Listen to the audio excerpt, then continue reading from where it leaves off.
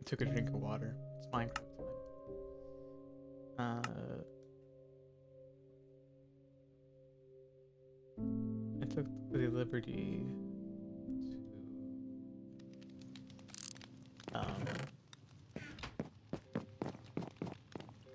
organize the chests. Oh hey Oak. So today, we're gonna explore these two sections of the map. And we'll start with the north side.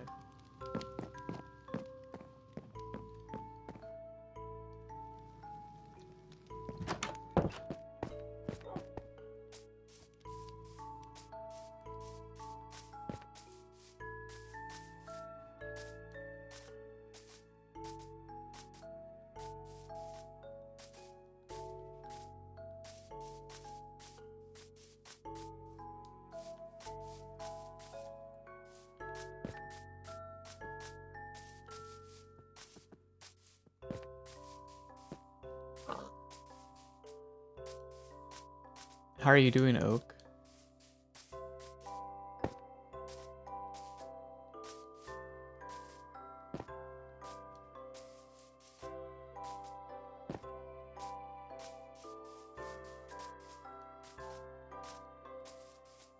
You're okay. Yeah.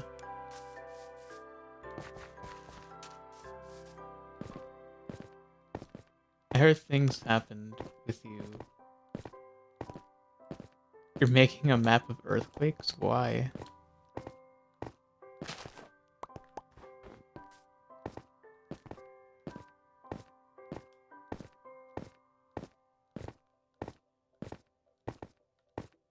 Like, I know I want to die too, but I don't want it to be from an earthquake. Because you want to visualize it? Wow.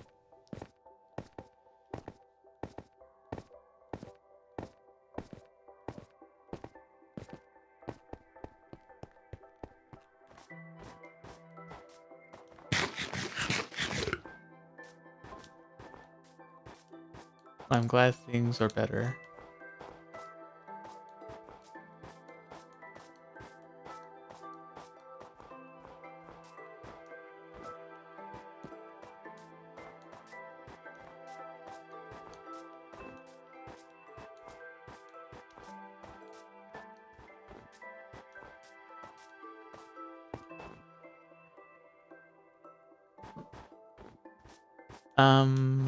We get earthquakes, but not like anything above 5.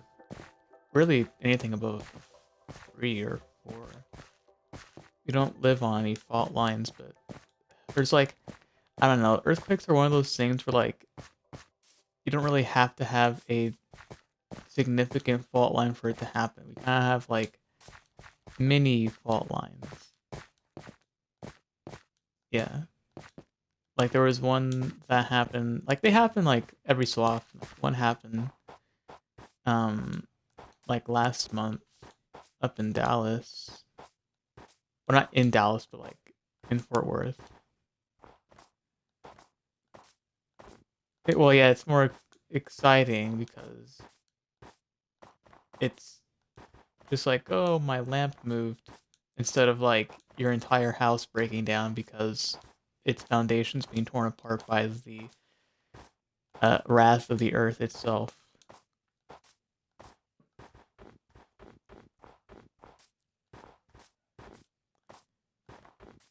Uh, oh, there's an igloo.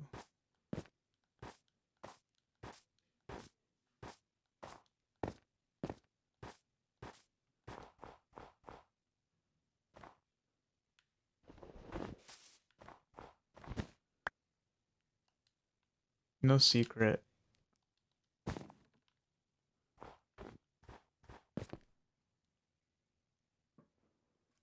Hey, Erebus. Welcome to my low energy stream for today. I don't know why I have low energy. Man, I know why, but it's like... Actually, I don't know why yet. I haven't gone to the doctors yet. I go to doctors in 2 days, but... I think I fell asleep late last night. I was playing Elden Ring. I beat Elden Ring again uh, on my int character. Yeah, I'm ice skating. We're gonna map 2 sections of the map and hopefully maybe create a stables. Oh my god, is that another fucking igloo? Bro.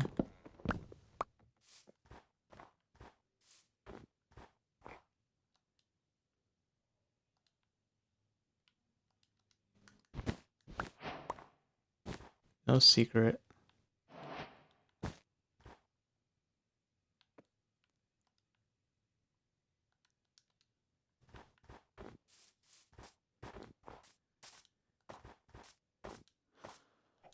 Okay,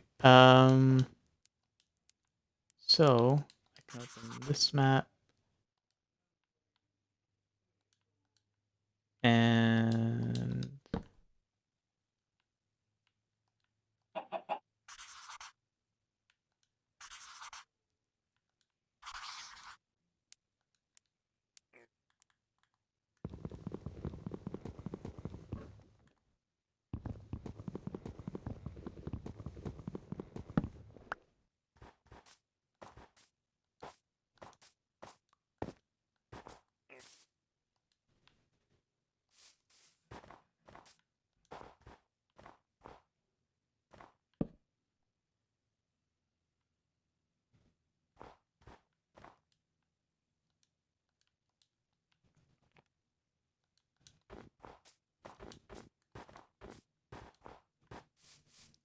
I hope you're doing good, Erebus. I saw some videos of Vintage Story on YouTube, but it was kind of boring.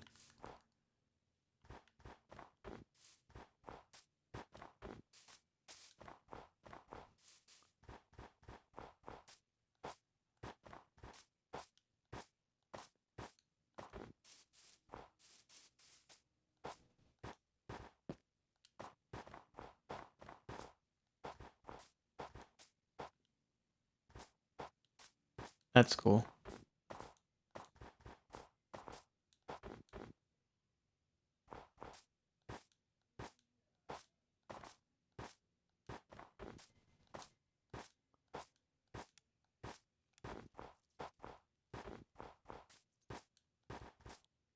I mean, they're not bad videos. They're just either outdated or very, how do I even put it? Non-newcomer friendly.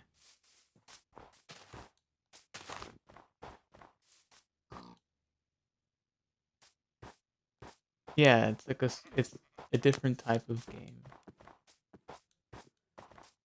It's like, Vintage Story reminds me of Terra Firmacraft, actually.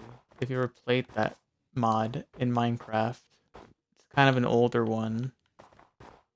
But it reminds me of that one, where you pick up rocks from the ground and the physics are changed to make the game more realistic.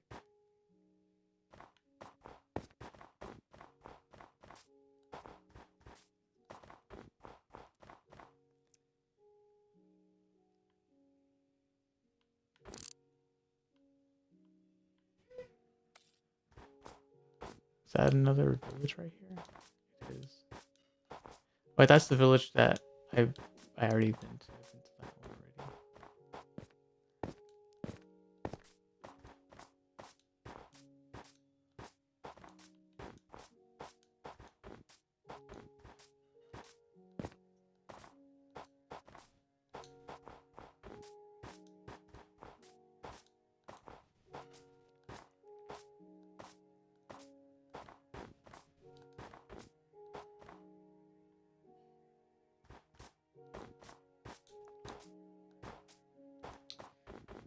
You know, I think about often that um that lead content chart that keeps floating around about the lead content in people's bones, as related to when they were born. And I think about it often because, you know, um, don't laugh, Hoke. I'm making a point here. I don't know. I feel lucky that I wasn't hit with the lead. You know.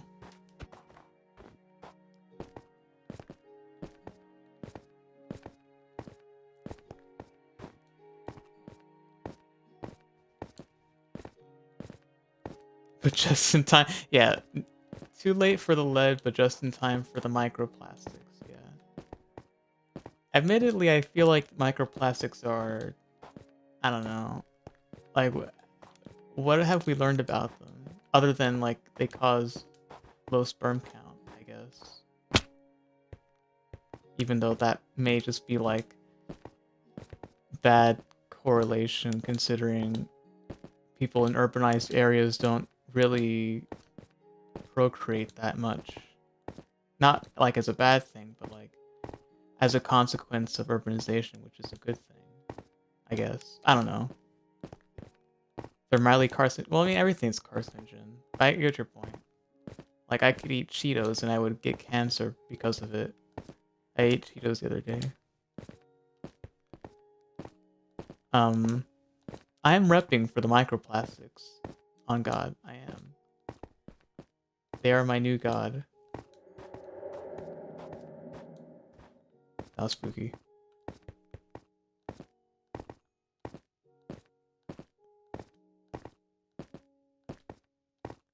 Um, I don't know. I thought about it just now because, um, lead thing.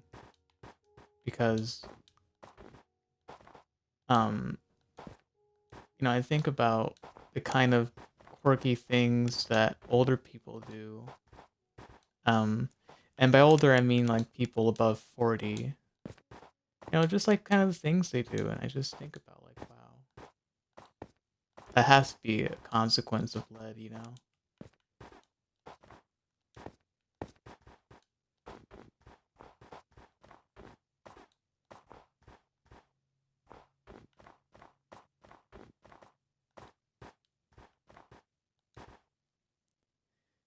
It also affects fertility in wildlife.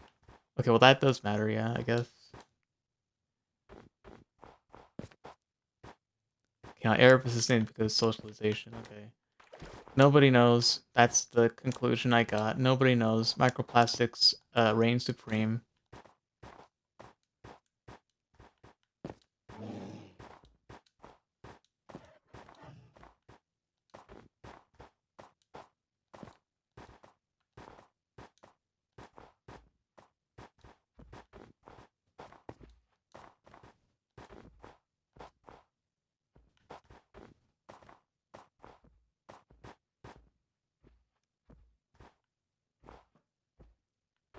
At least microplastics don't make you stupid. I don't believe that, Oak. I think that, I mean, just look at like all the Aiden Ross fans, you know? Like,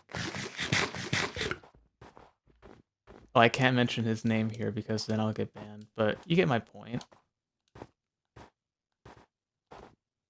Oh, whatever. Twitch isn't looking at me.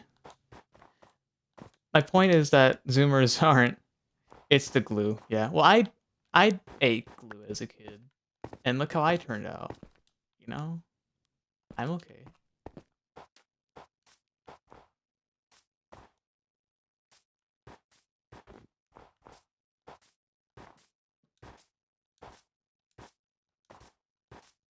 Um. Anyways, yeah. Zoomers are kind of stupid in a different way. Um.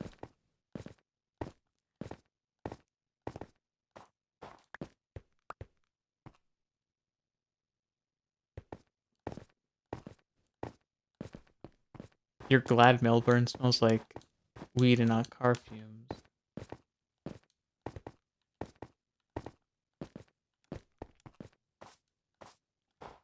Is Melbourne like a weed city?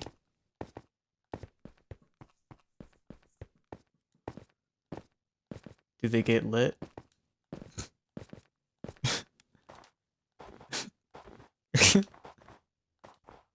Oak, do you get lit?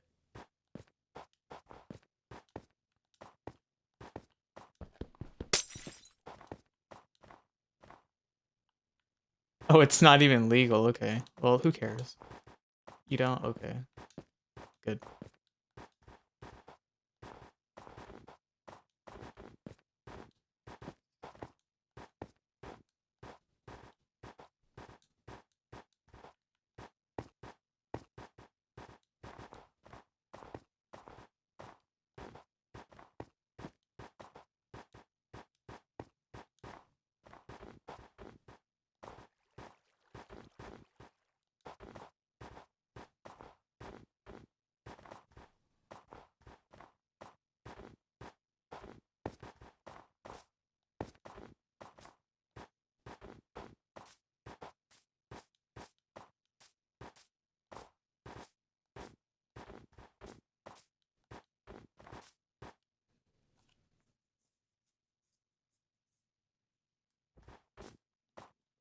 Yeah, I agree, Eris.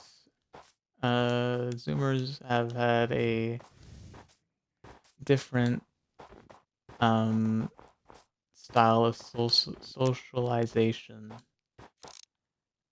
Uh, in part because we're a generation that how do you say, like, not like born into internet culture, but not like to the same extent as people in Gen Alpha. They're fucked. But we kind of sit in the middle.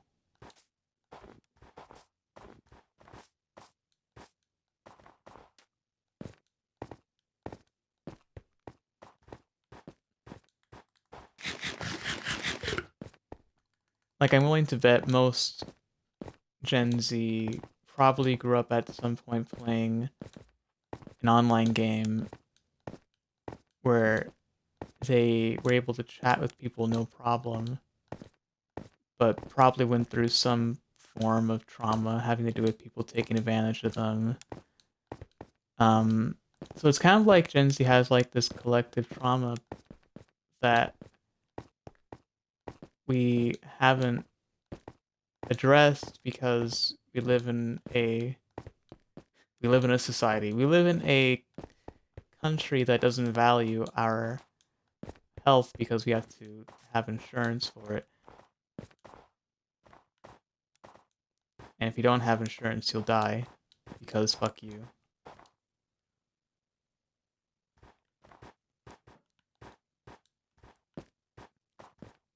Also born on the precipice of a climate disaster. Yeah. Though I think that in most people's minds, Gen Z, I mean, it's not that big of a deal. And that's bad to say, but like it's true. Like, I know it's bad because I read on what the effects of climate change have made. But most people in Gen Z don't like thinking about long-term issues like that because why would they put that kind of extra stress in their life if it doesn't really have any immediate um consequence? My house will be underwater. Well, that's because you live in Australia. Australia's in any condition, climate disaster or no, Australia is fucked. So sorry, Oak.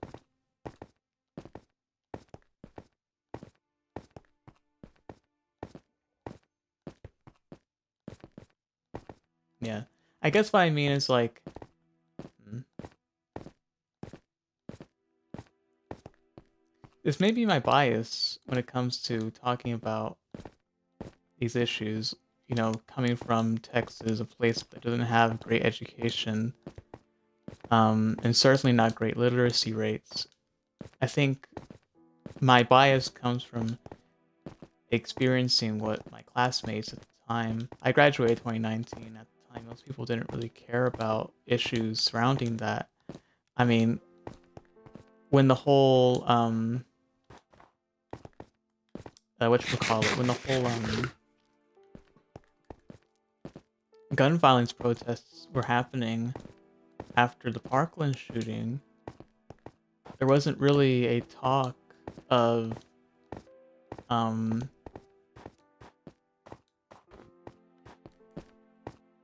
and there was talks about patriarchy and stuff, but not from like a lot of people, and there wasn't really like much of a push for change because, and I think this is the case, I think it's because most kids, at least back then, weren't really taught about.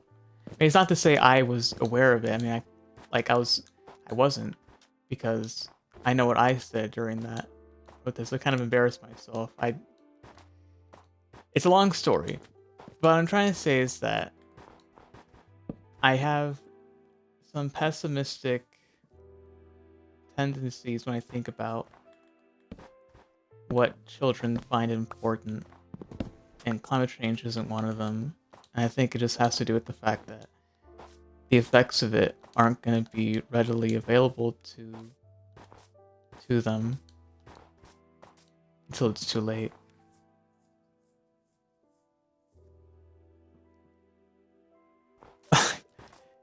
Are you talking about Greta Thunberg? Oh, yeah.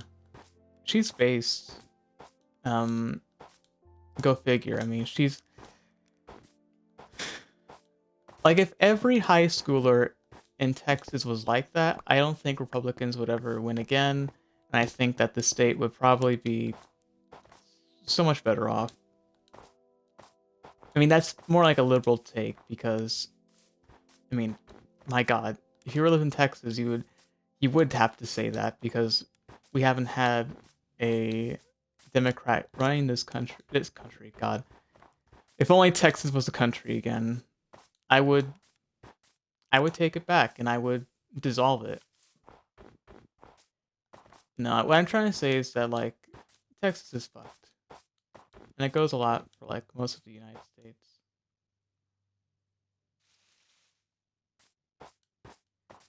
Um, I think Californians though are more aware of the effects of climate change because they live on the coast. That's getting hit kind of the hardest. I mean, the Gulf is hit pretty hard too, but not as bad as the Pacific.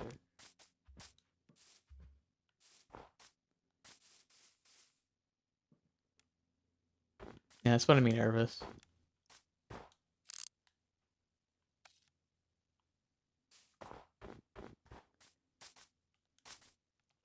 That's like kind of like what I want to know, like how the curriculum is today with all the modern things. I mean, it's been more than 5 years since I've graduated. I wouldn't say that, my education on these topics was extensive. It was just kind of like a footnote. But now it kind of can't be. I mean, for as far as history is, gone now, we're getting to a point where like modern day politics can't be placed into like a footnote in your history class. It kind of has to be like a thing that you actually have to teach the kids, otherwise they won't know because they didn't live through it. That was the luxury back then, where any kid born after Y2K was able to just, be like, oh, here's 9/11. We can go on to like a thing tomorrow and have to do like a test on it because we all lived through it. Um, but now kids have to actually learn what happened because they didn't go through that. You know that those years, and then the Great Recession and such. And then beyond that, with Obama's presidency, um, they were like little babies when that happened. While I was like in middle school, I think. Actually, no, I wasn't. I was like at the end of elementary when he got elected. But they were They were just fetuses. And it's hard to wrap your head around because you have to, you always want to think like, oh, I was born in the time period where these things happened. And it was like the new thing. And it's the paradigm we live under forever, but it's not. Because that's not how it works.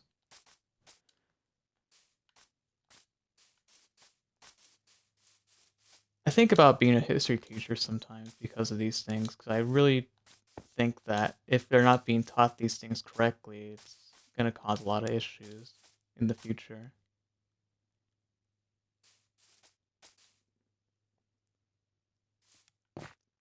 Yeah, we're living in like a spooky section of history. Because eventually, like the only people who are going to talk about those days are us, because eventually there's going to be nobody left but us to tell the story.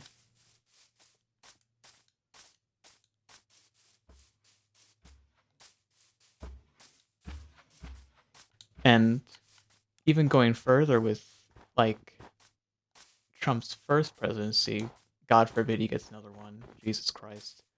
But who's going to teach that, and will it be accurate? I don't trust the Texas curriculum to teach it correctly. And by correctly, I mean accurately, because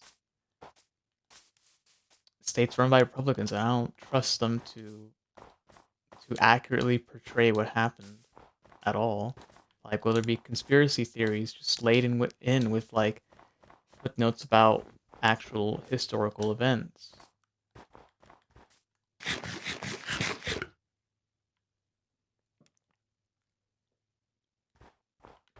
Yeah, like that's exactly what I mean. Like, yeah, history is important. History is one of the most important classes any student should be, and I say this, they should be required to take alongside English, because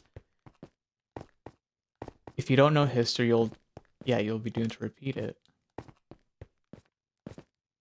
And having context is very important in making good decisions.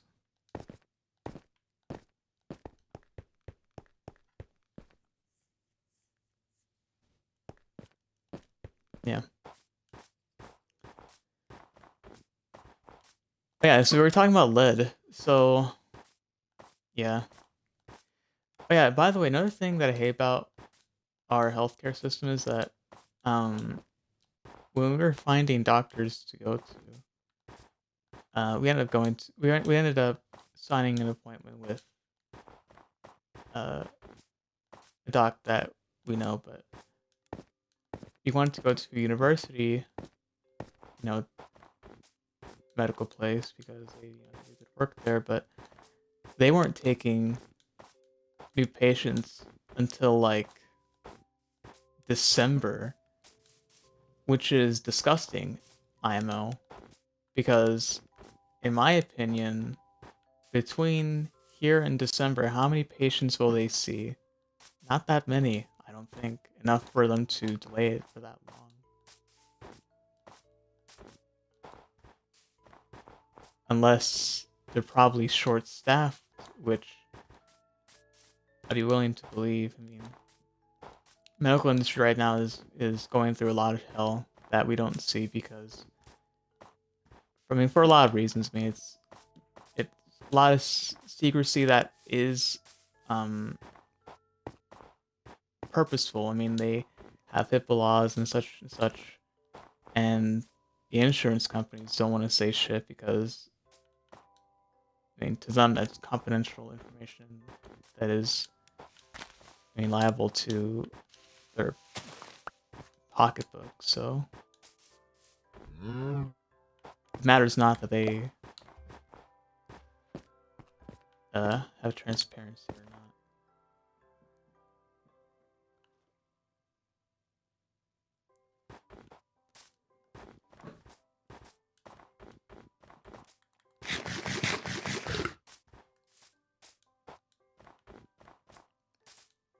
Okay, well, this part of the map had nothing in it, so that was kind of sad. head back and make a copy and then map the section to the right of this.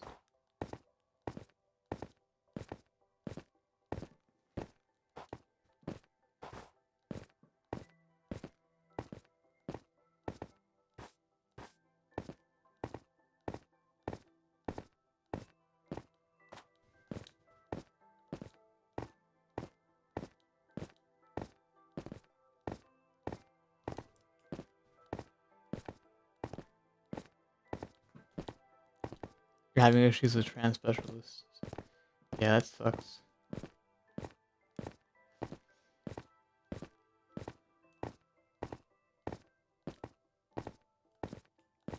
Healthcare is always gonna have, you know, their balls being yanked by the insurance companies, and it's not gonna be until we do some funny things that things will change.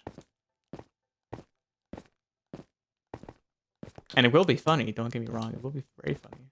Very funny indeed. But it won't happen because nothing happens ever.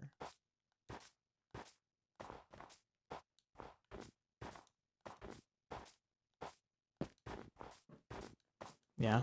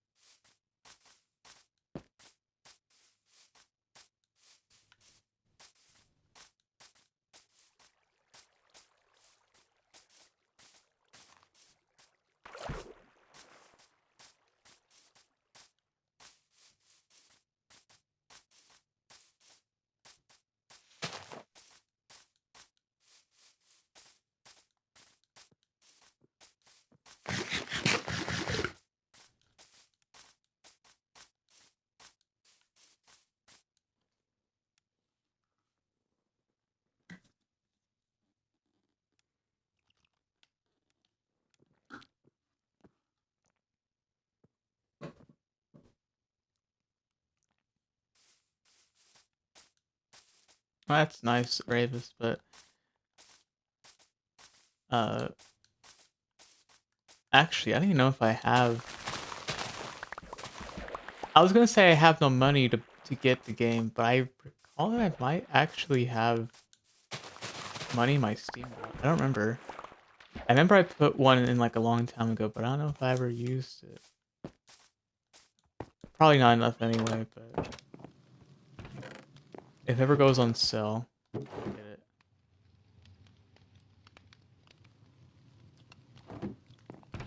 Um,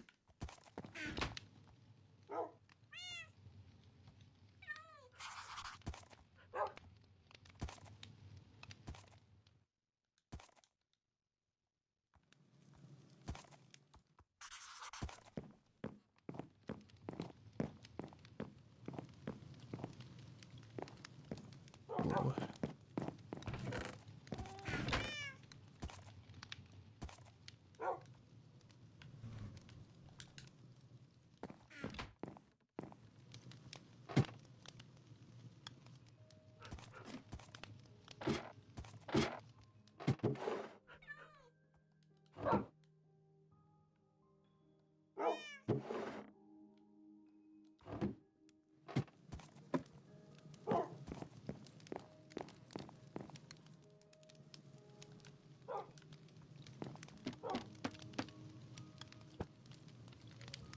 Okay.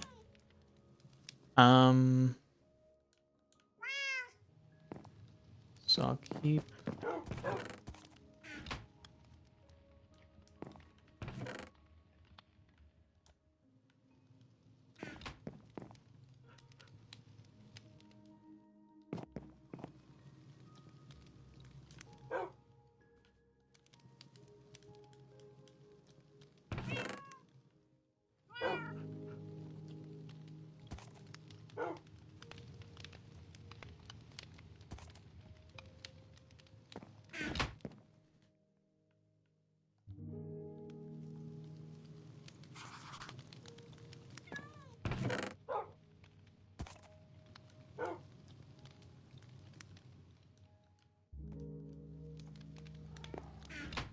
Cool. Okay, so um the next section of the map we're gonna go is to this one right here. So we'll head there. I don't think I'll need a boat, but I don't really know what's out there, so we'll see. Map ball's looking neat, yeah. I'll probably make a map room at some point. Probably connected to the house in some way. Have to think about it.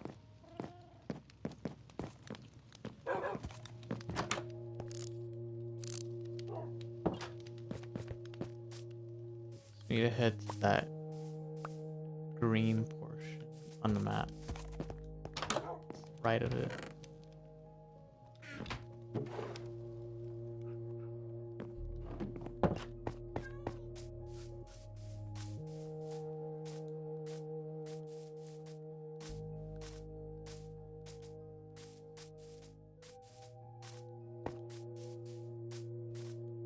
I know I have a horse, but I don't want it to die. Also, I want to breed the horse with the donkey so I can get a mule. Because mules are a little bit faster.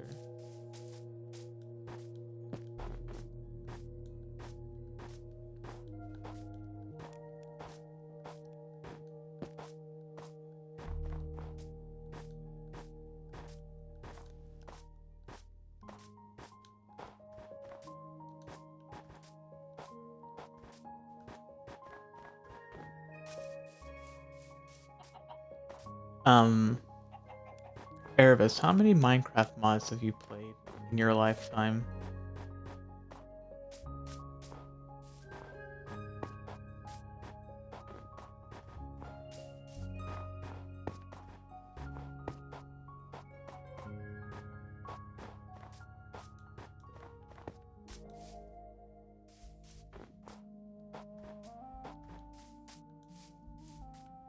You forgot.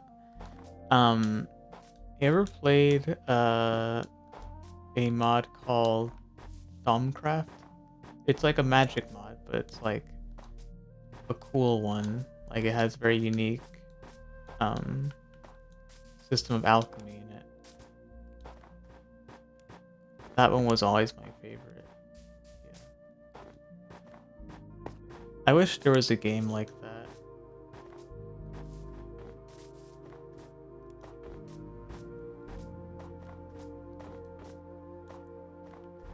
Didn't they stop updating it? Probably. I mean, there was a point in Minecraft where like all mods, like I think it was after the combat update that mods stopped being updated like completely. Like there are a few holdouts from like the olden days, but after combat, everything stopped. Yeah, that's sad. But yeah, I forgot to get more food. Sad.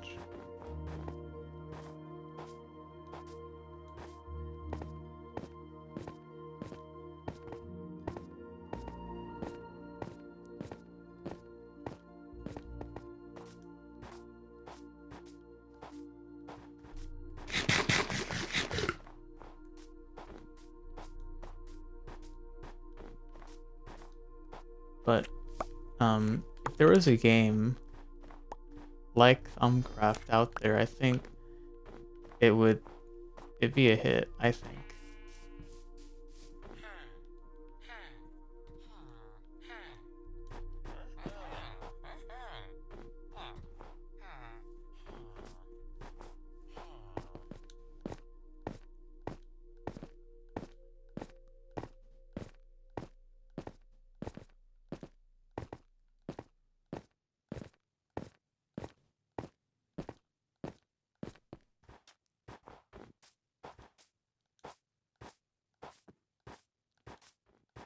I guess what I mean is like there needs to be like a survival game that has magic in it, like a, like a proper magic system.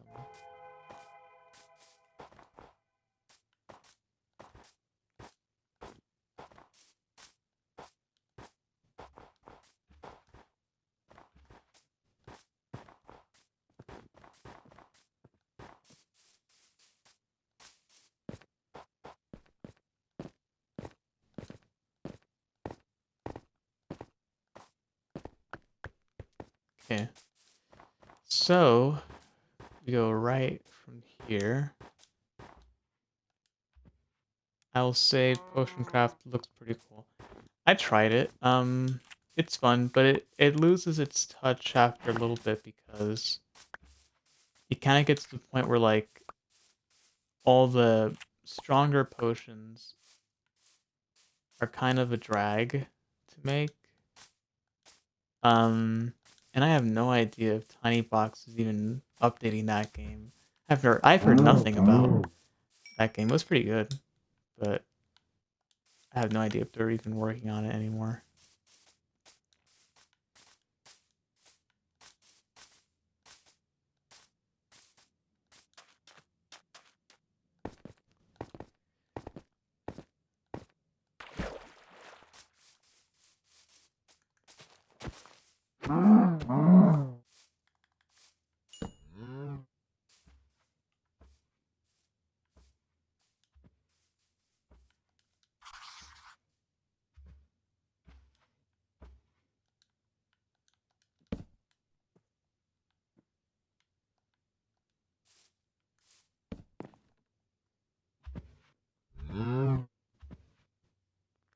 But yeah, like if there was like like you said, like if there was an adventure part of it, it'd be pretty fun.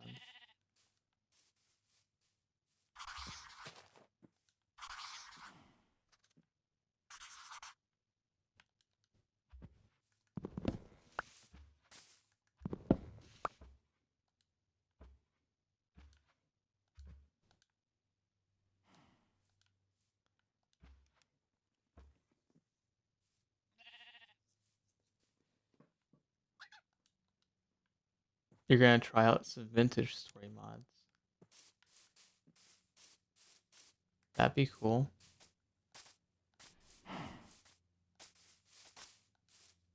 I feel like vintage story could um oh, you never been a mods kind of gal. Me neither.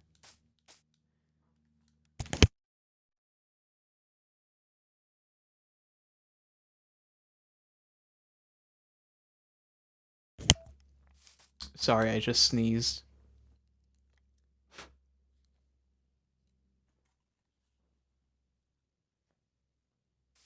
Yeah, I agree. Mod packs are more fun than picking out your own mods. Like I don't play with uh Minecraft mods, but I looked at that Alex's Cave mod showcase video on YouTube and the Miner's Delight video, and I think those two could go together pretty well. I think, together. I don't know, cute things like that. I like cute mods like that.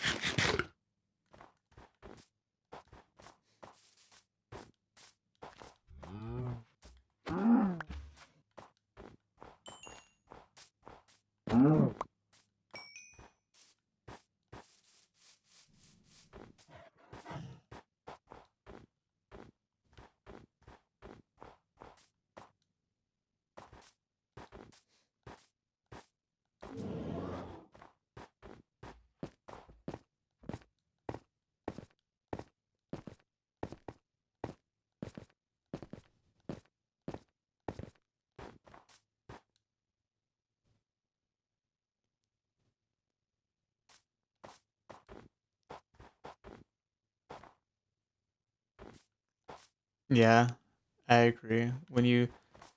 Because in Thaumcraft you had to scan, like kind of like the same way that No Man's Sky kind of is, where you had to scan things and learn about the different elements that are in each thing and how they relate to each other.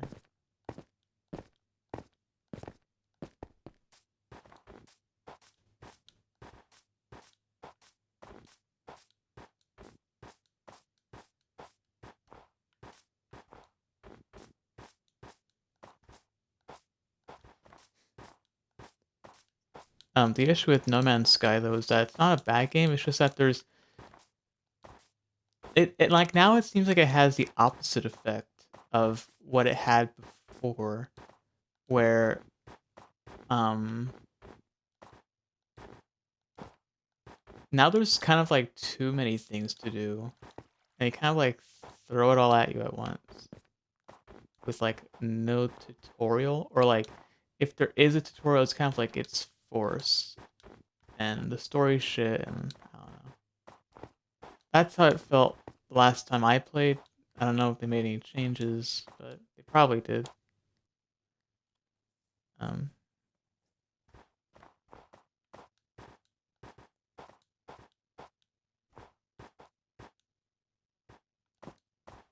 it feels too big. It means nothing. Yeah. Well, it's like now it's they're kind of like delving into the more MMO style of game. They kind of want it to not be at the same time. Uh, which is weird considering what they have plans for their next game, Light No Fire.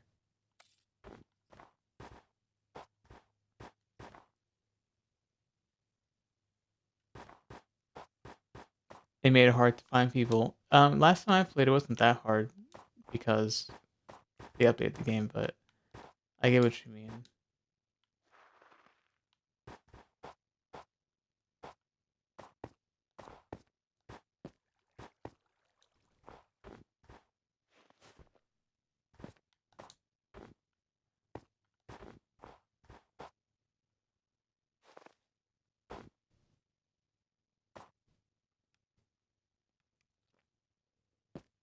Yeah, it's true.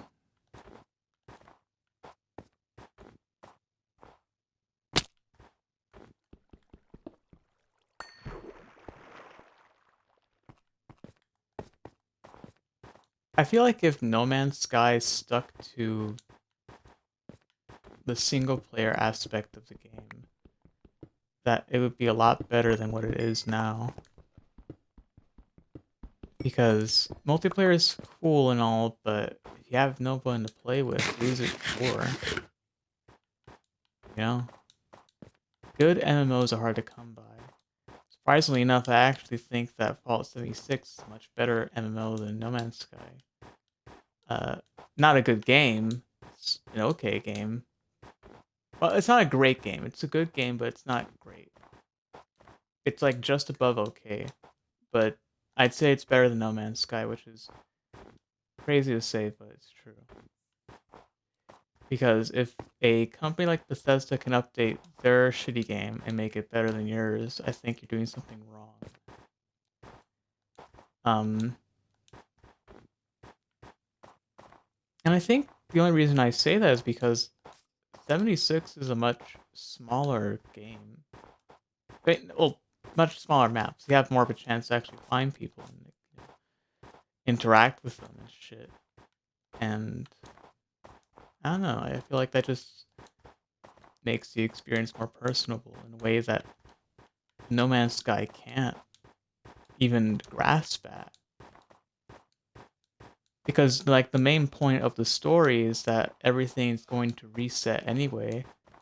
So you might as well push the button or it'll be just pushed at some other time if you ignore it. Which, by the way, when I first read that in, you know, I was playing the story, I was like, is this really the whole story? That everything doesn't matter? Which is the only reason why I also hated, not the only reason, but like, another reason why I hated Starfield, because surprise, surprise, Bethesda's bad at writing, so they also stole No Man's Sky's idea that everything is a simulation, and it doesn't matter because it's all gonna reset anyway. I hate when space games do that because it kind of gives like it gives them an out for making such a big like space to play with, but it's all meaningless and it's bullshit.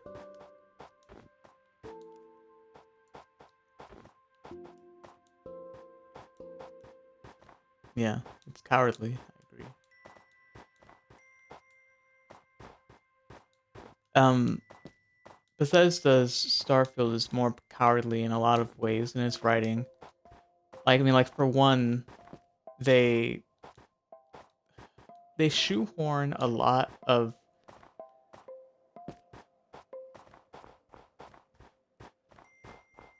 stories that you shouldn't care about, stories that have no consequence.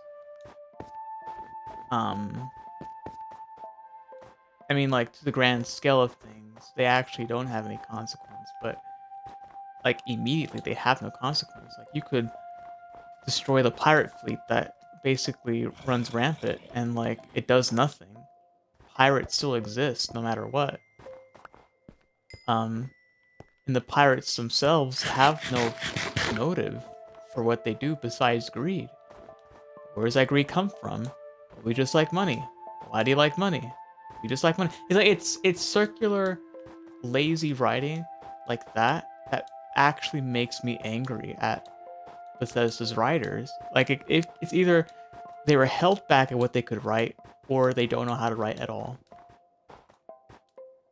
Either scenario is not ideal.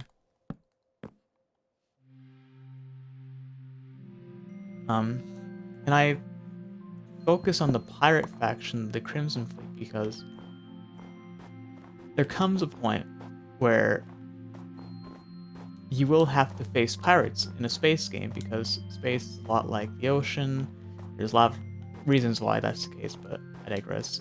My point is that pirates have always been integral to space games, and if they don't have like a motive to what they do, then what's the point even having them? Because if they're just gonna be that big bad for no other reason than to be that big bad for the sake of being bad, then what's the point of even having the other, you know? Like, you might as well have them both be bad, which they kind of tried to do, but in like a very lazy way too. Like, you could tell that one of the writers wanted to make like the big like the United Colonies thing like bad because they killed the colonies in like a big war. Like, it doesn't matter because it doesn't matter. You can't even kill like the council when you meet them.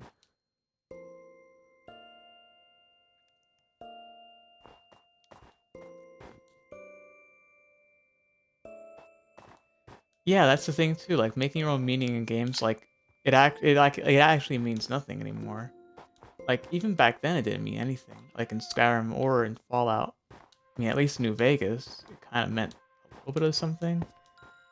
The reputation system, but that kind of thing hasn't been seen since. And the Outer Worlds is too short to even attempt at replicating what they did in New Vegas. Obsidian Entertainment, I mean. So it's RPGs are in a bad spot right now, and with Avowed coming out from Obsidian, the next title being kind of like a Elder Scrolls clone, I'm not excited. I'm not. Really, I'm not.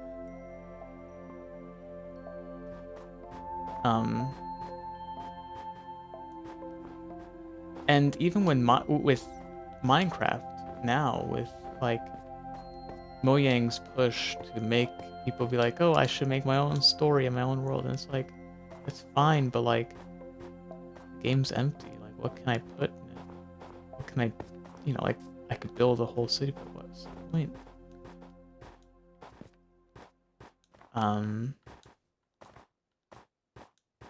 Like y'all heard like the 2-week Minecraft phase. I think it's like the pessimism of it. The pessimism itself ruins every like the pessimism itself is at the root of all bad games, and it permeates from the consumer to the writer in ways that are very um devious.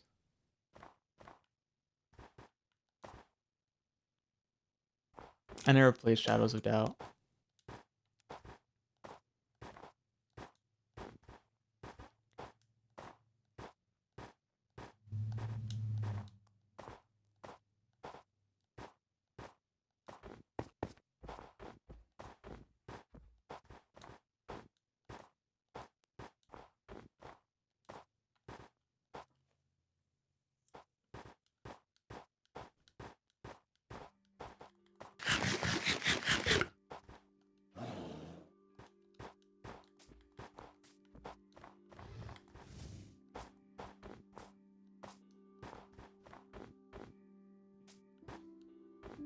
Oh, it's a noir detective game. Cool.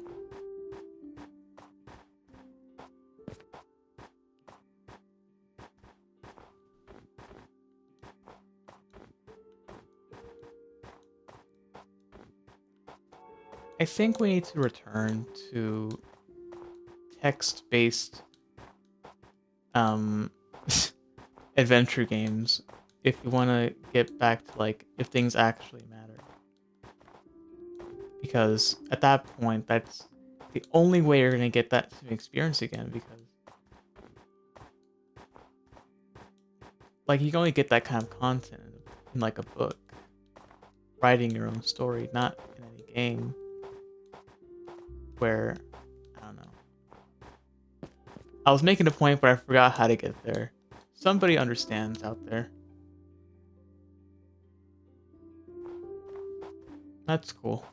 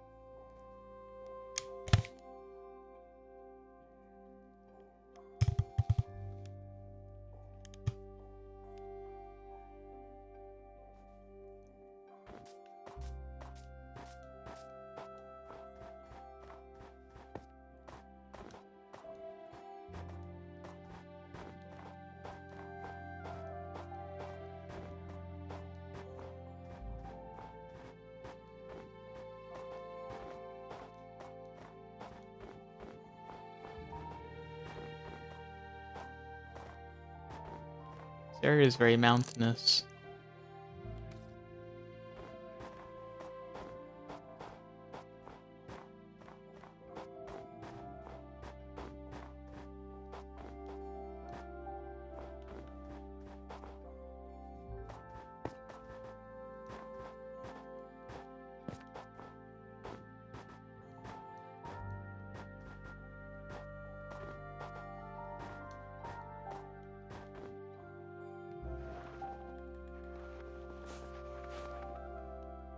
That was close.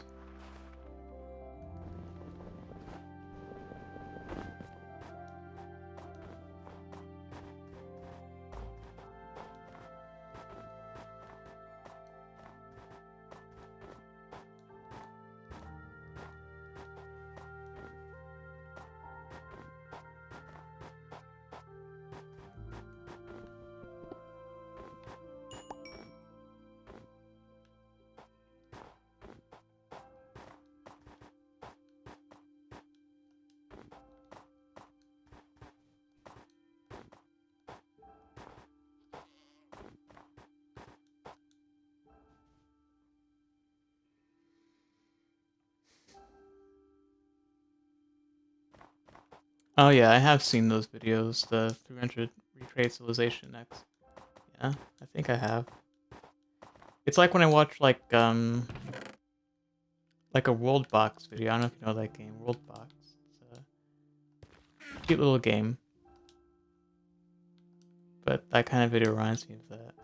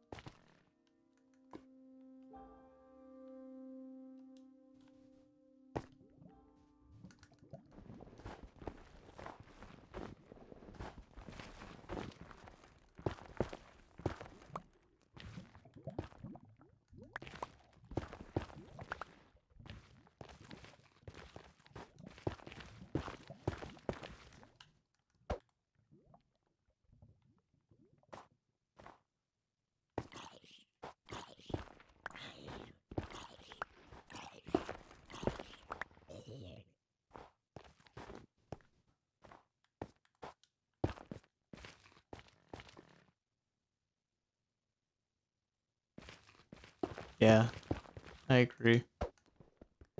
Um, like I don't know if you watch him, but Arthi Games, like I kind of think of it like that too. What he does with when he did his whole Minecraft stream thing. He doesn't really do them anymore, but he used to do them, and I thought those were fun.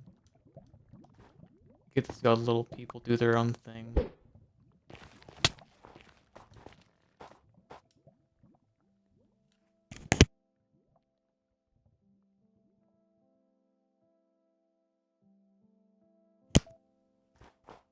Been sneezing, I don't know why.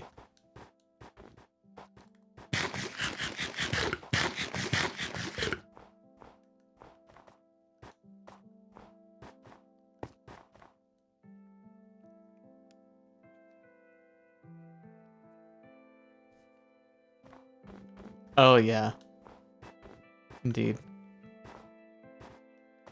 Um,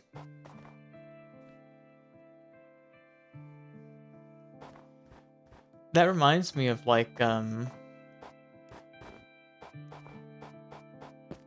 lot of people's. I'm gonna go into a Fallout rant here, but people's fascination with the Legion in New Vegas. Like, there's this popular video going around. I say going around as if like it's a big thing. It's not. But like, um,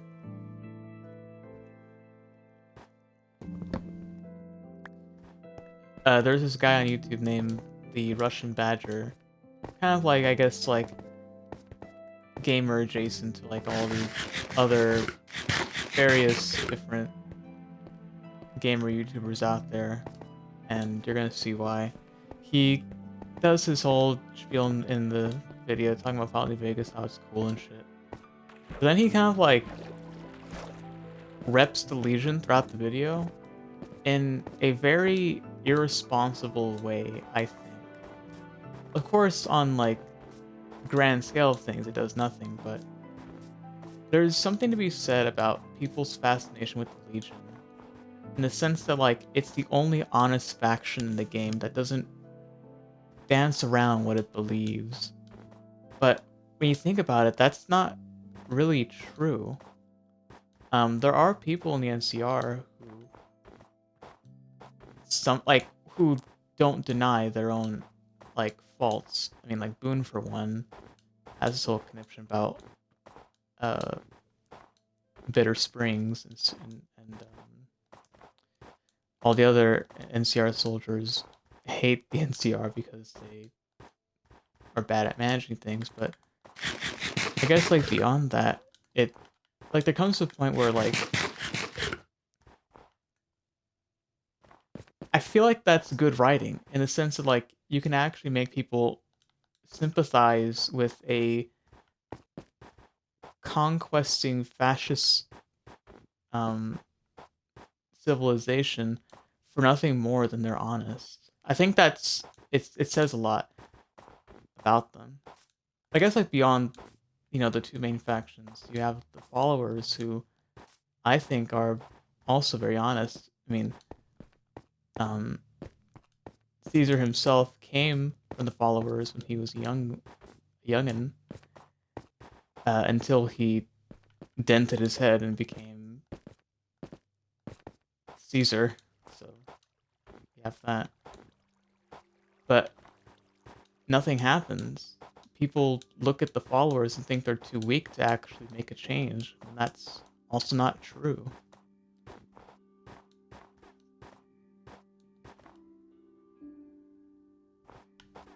Yeah, and it also like reminds me of like Fallout 4 because the Legion and Maxon's Brotherhood are quite similar, I think. In the execution of their actions and what they believe, their ideology. Um, like for one, Maxon is xenophobic to anyone who isn't human, and really to anyone who isn't part of the Brotherhood already. I mean, he lets you in only because you are useful to one of his paladins once, and that was enough for him to make you a knight. But if you weren't given that privilege to stand beside Paladin Dance, he probably would have had you killed anyway, or just kicked you out.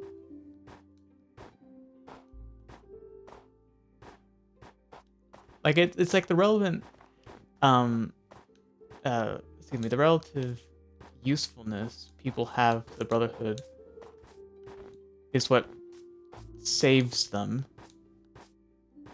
Because, I mean, like that's like the whole thing about fascism. If you're not useful to the nation, what use are you anyway?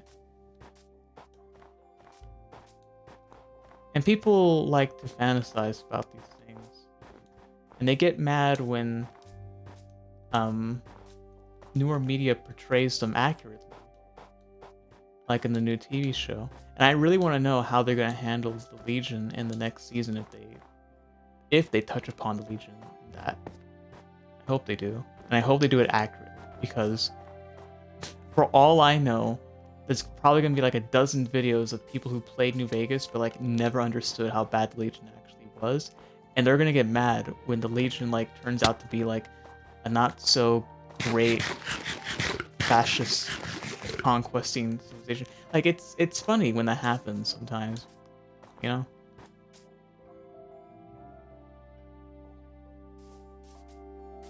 Yeah, exactly, Arvis.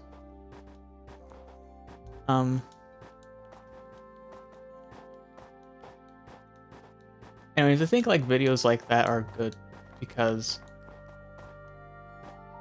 I think that kind of like surface level of engagement with fascism in that sense makes it easy to tear it apart. I mean, on the face of fascism is very surface level, but if its engagement can be that as well, then we kind of already won at that point.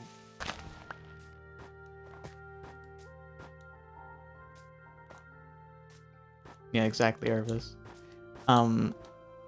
Though I would say that usefulness isn't like parasitic to civilization. I think it's only that way because that's how the paradigm is and has been. I think the culture would probably steer that way as well if we were to have liberation. Which, I don't know, it says a lot. I was about to go into a rant about Vosh, but I'm not going to do it because I know how bringing up his name does bad things.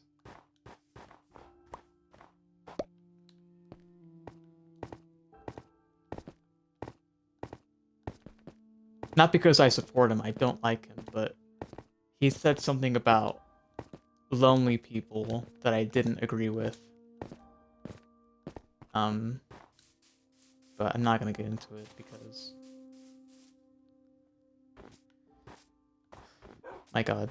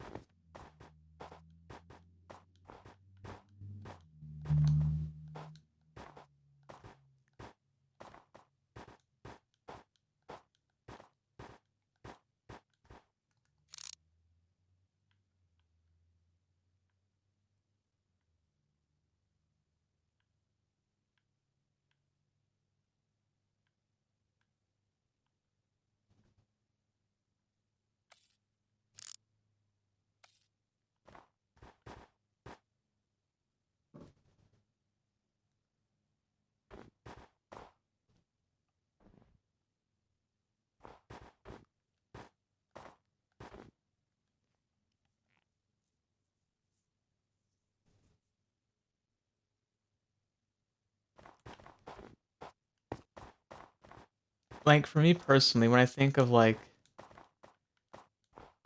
hmm,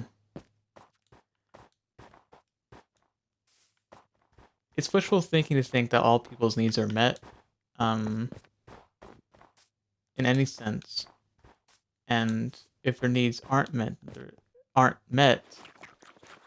then there's something wrong. But I think there is something to be said about people's aversion to laziness and general apathy that makes people violent against it. To say to people, like, I mean, like, look at the way people talk about homeless people now. Like, even like urbanist liberals who are very, who, on the surface, will say like, oh, we should have more shelters for homeless people. We should have all this stuff for homeless people. It's like, you actually hate them, liberals. You actually hate them because I don't know. Like, there's kind of like a point where you get to where if you're putting them in shelters, you kind of like expect them to find a job. To liberals, I mean, they think that. They think that the homeless population should, get off their ass and get a job and such and such. But it's like in a very, I don't know, it comes like out like very vitriolically, and I don't know, I can't find the right words to express. Oh look, there's a secret underneath that igloo.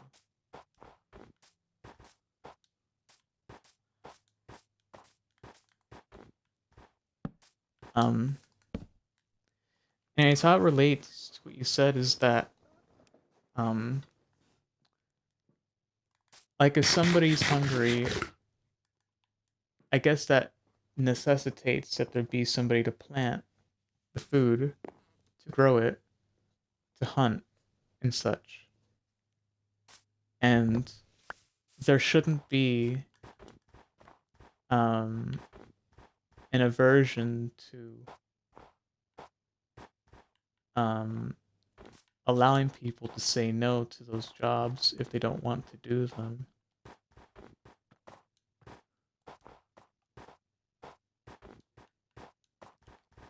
And it's only in the society we live today that saying no is enough for us to be put at the stake, because if we aren't useful to others,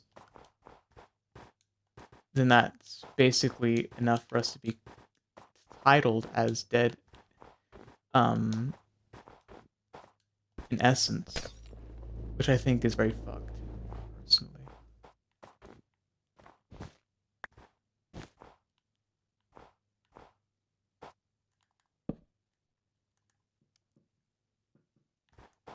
Yeah, lazy doesn't exist. It doesn't.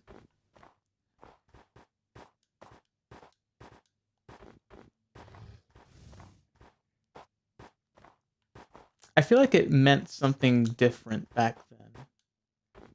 I mean, it means the same as it did back then, but like what I mean is like in the modern capitalist system we live under today, it's more like a way for people to express their grief over excessive labor, um, as kind of like a revenge against the system they can't fight. So they thwart that at other people that have no means to defend themselves.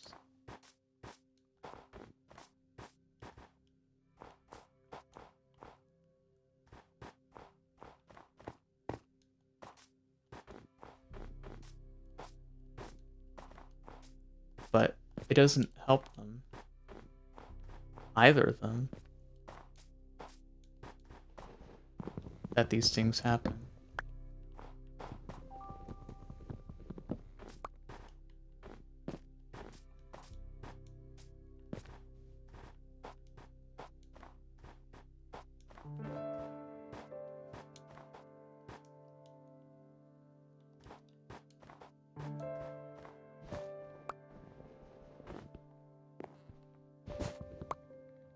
Oh. Wait, was the hole always in the middle? Shit, have I been missing this? Have I been missing secret rooms this whole time? Shit. Okay.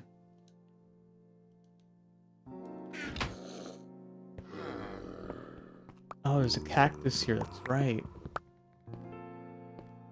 Um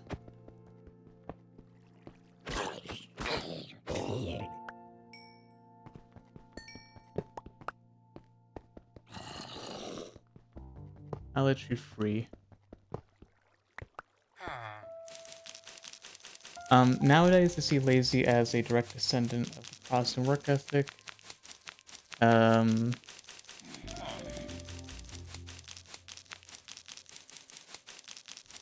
yeah, I agree. Which, I guess, leads into... Oh, you don't get a thing out of that. Regular hand. Which I guess leads into, like,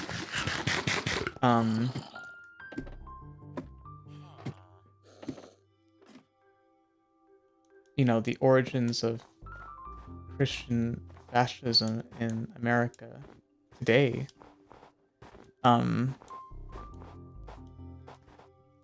Wherein you mostly hear from them that the people, excuse me, the people that they're fighting. I'm sitting bisexual right now, so my body's kind of like adjusting. Where they kind of like, okay, the line from racists, which I think Christian fascists are, is that every minority, they put in queer folk in there, but you mostly hear it about people of color from them, that they are lazy, they don't do anything, they steal our jobs simultaneously. I don't know how it works that they steal our jobs yet they're lazy at the same time. That makes no sense, but I digress. Well,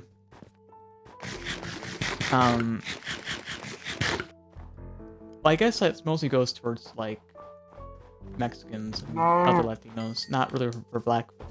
Because now the line from Christian fascists and the like are like, oh, they're the Latinos are stealing the jobs from black folk. And it's like, okay. I don't know. My point is that like that racist line has implications about what it means to be lazy to other people who aren't black or brown. And the origins of that is a consequence of white supremacy itself. I think Frank Wilderson wrote that in Afro-Pessimism, but I kind of probably glazed over it. But I think he wrote about that in there. It's a good book. Not great, but it's good.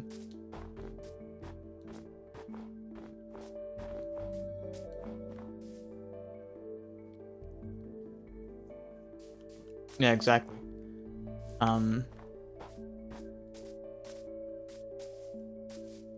what I mean by it's a consequence is that, well, I know you know Erebus, but like it's that the paradigm of white supremacy back in the day, like Jim Crow and such, slavery, it was to demean people of color from getting a job, from having a house, all this other stuff, and it prevented them from accumulating wealth. And though in that sense it was preventing them in the system that was killing them all slowly, but in essence it's like the ultimate kind of capitalism itself. It only killed one person who was at the expense of the other, who was actually doing the work, which was people of color. They were all the ones, they were all doing the work, but there was always one that was doing more, and they were being fucked over. And there's always one who's always reaping in what the other sows. And that's, in essence, what I mean when I say that laziness has its roots in white supremacy. For those who don't know, out there, they're watching, they should know. And it's good to know these things because it opens your eyes to a lot of things that happen in the world and why they happen, where the context comes in.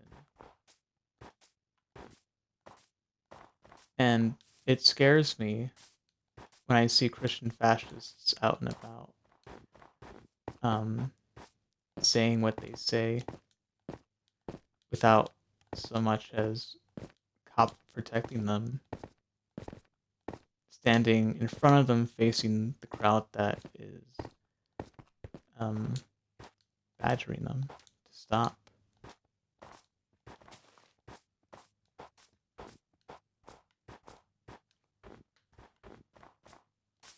I guess badgering is a bad connotation to use there.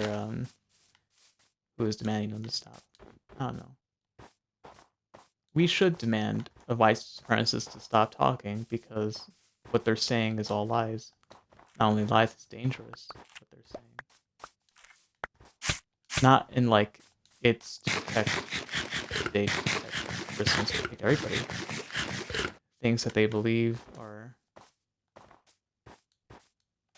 malicious, deliberately. It's all needless violence to make money for nothing, because they're not gonna have that money forever.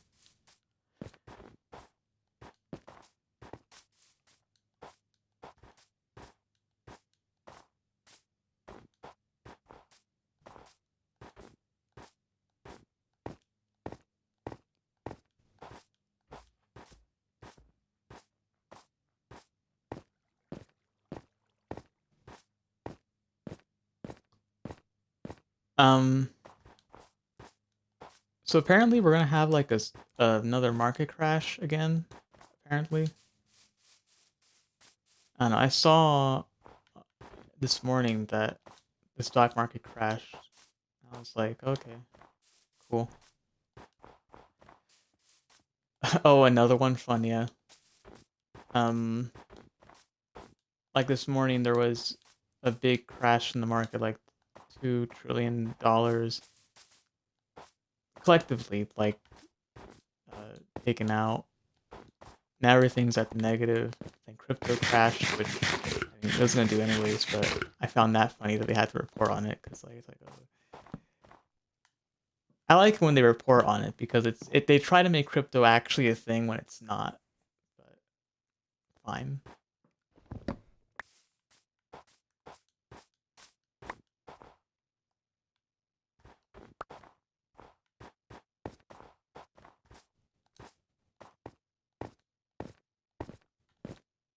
So yeah, just keep your eyes open.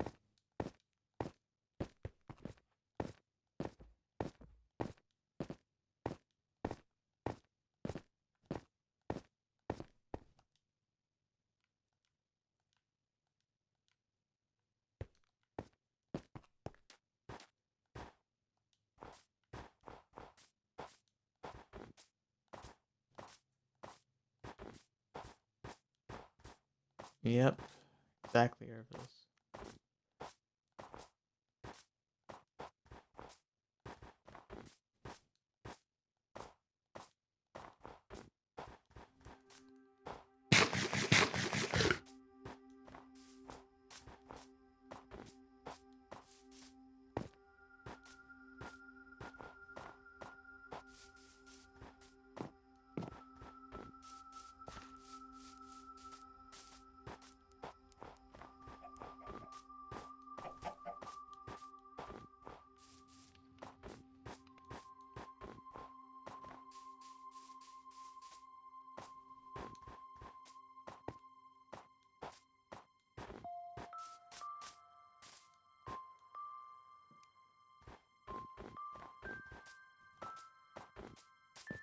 You found peat moss in your playthrough. Cool. I don't know why that reminds me of something I did in school once, but cool. I think we did um like a tour of museum or something. We were learning about what the pioneers did or some shit.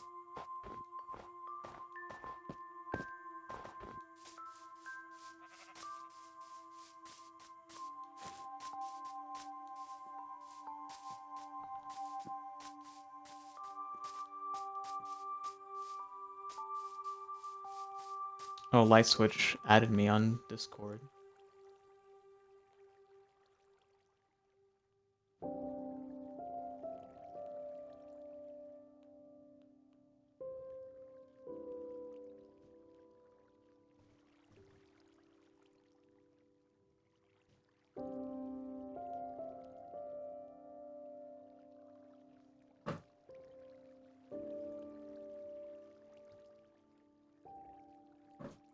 That's cool, Erebus. I think what I got confused with is how people back then used to use cow pies to start fires because I guess like the methane in it was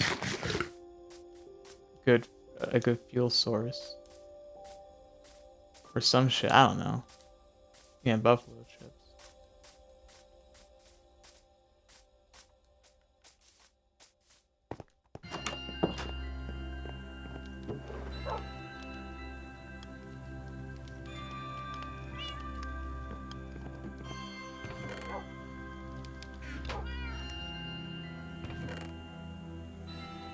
This song reminds me of Disco Elysium because it has the same notes. Or not the same notes, because it's not, but like it sounds similar to that one song in Disco Elysium.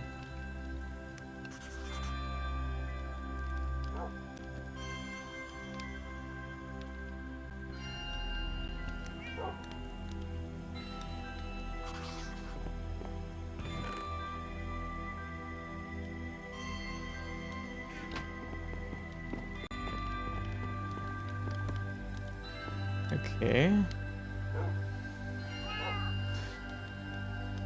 That's all that then. Need to sort out my inventory. And I should probably put this cactus on some sand so I can grow it.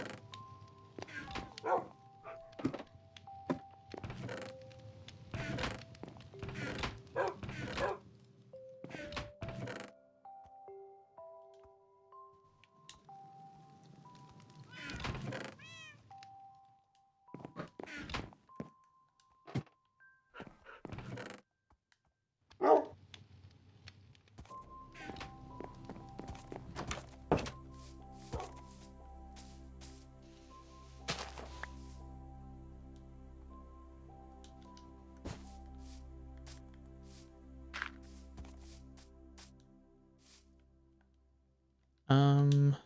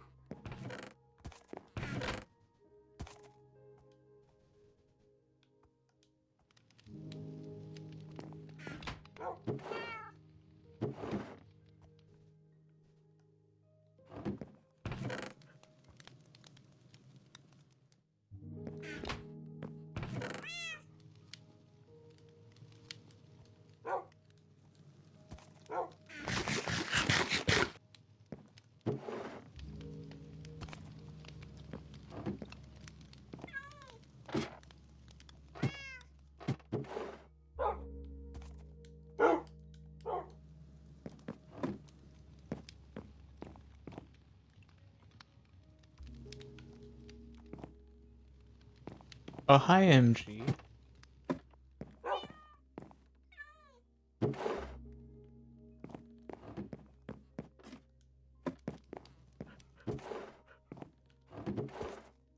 Me and Erebus were talking about capitalism and white supremacy earlier.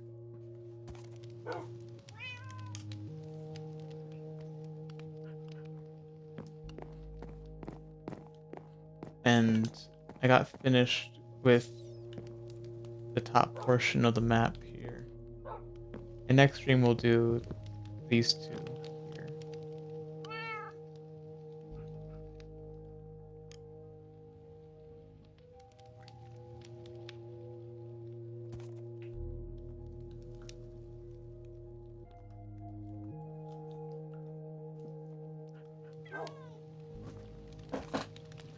But for the time being,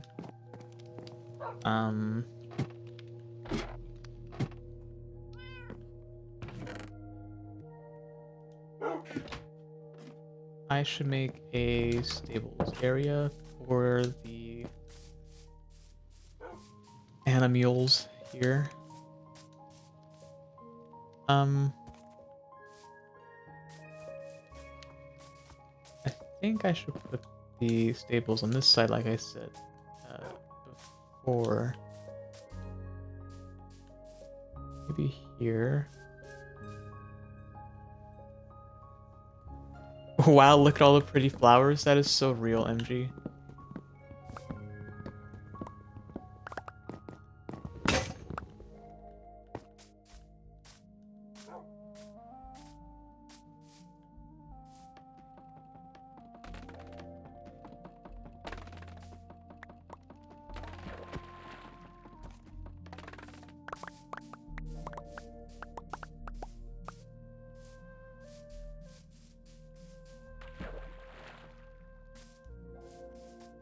Is that bamboo? Yeah, it is. And you can make planks out of it. Pretty cool. Very inefficient though. Not my favorite kind of wood.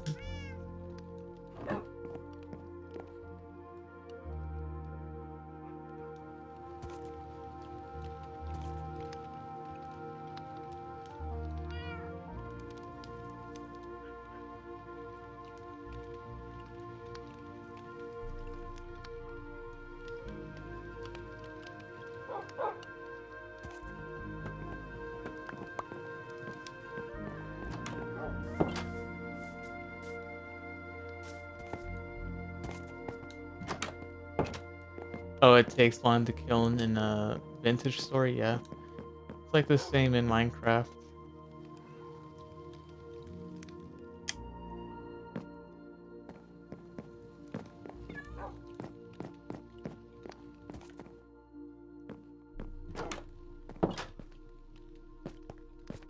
It's 22 in-game hours. Damn.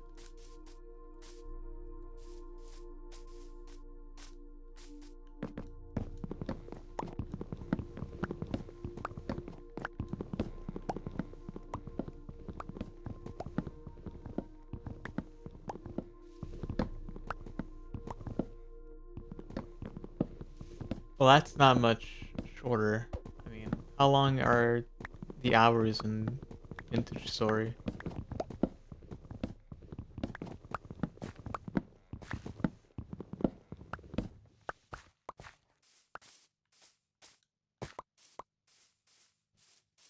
Two minutes per hour at default. Okay. That's not too bad. I'm gonna flatten out this pad of dirt. Methinks. Yeah.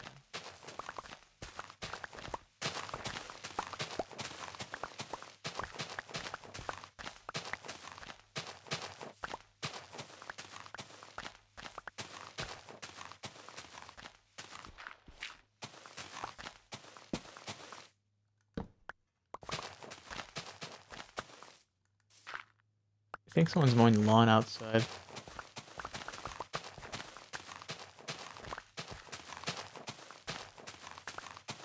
So how are you doing, MG? Machine gun? You can't hear the mowing good. I hear it because I'm next to it. That reminds me of yesterday. There was a family having a reunion in their front lawn, and their music was really loud. It was funny.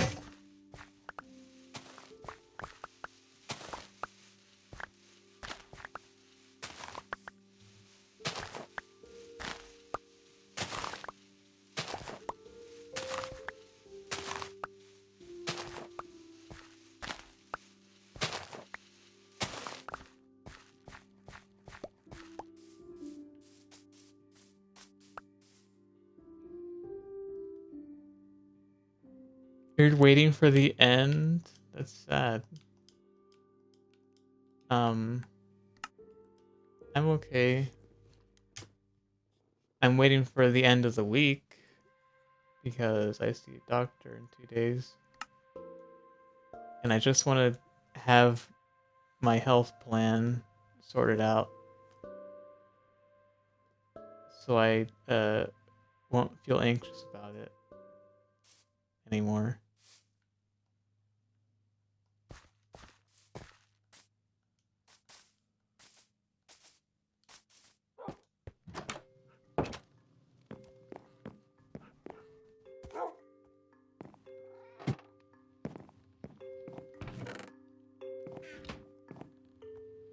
I keep forgetting I keep the dirt down here. Medical stuff, are you sick? No, I had... Well, I guess I am because I almost passed out the other day. But I don't know, like, the main reason why. But I think it has something to do with me losing too much weight too fast. Like I lost 60 pounds in half a year. Not out of like some unknown reason. I know why, because I was not eating as much as I was supposed to while losing weight, which I know can cause issues.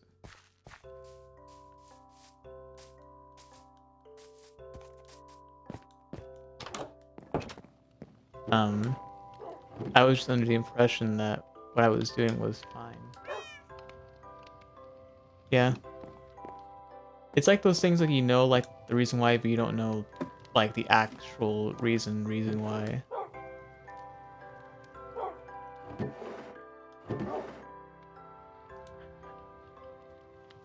My hope is that it isn't cancer. That's my hope. Really.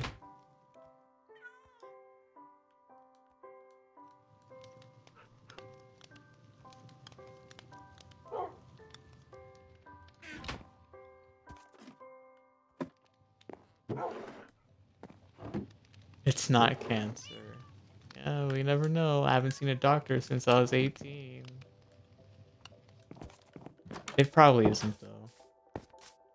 'Cause I don't inject lead into my body. Like all you boomers out there.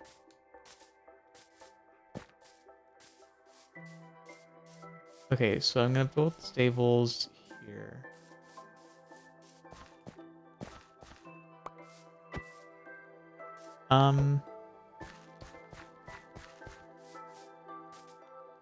Straight into the veins, yeah. I think I should use some redwood with this.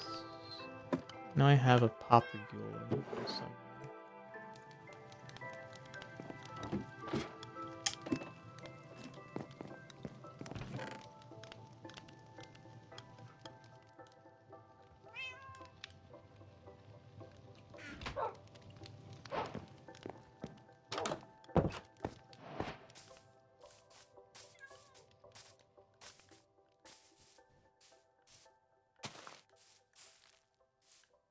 Oh, I was lucky.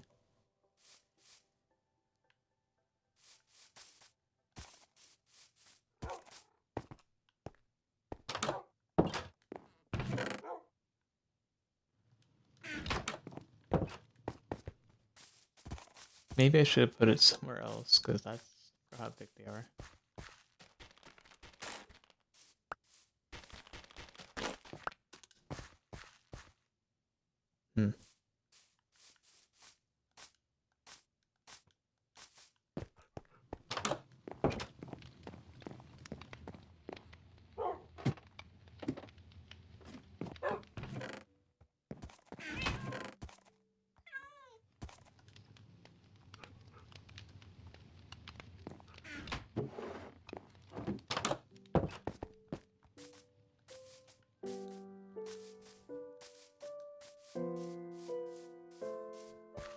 Well, maybe I should wait. Because these grow in kind of slowly. The poppy girls I'm talking about. Up there. They're not like regular trees where you can just like, um, you know, break the leaves and you get a sapling. You have to actually wait for the popule to fully mature, which is kind of strange.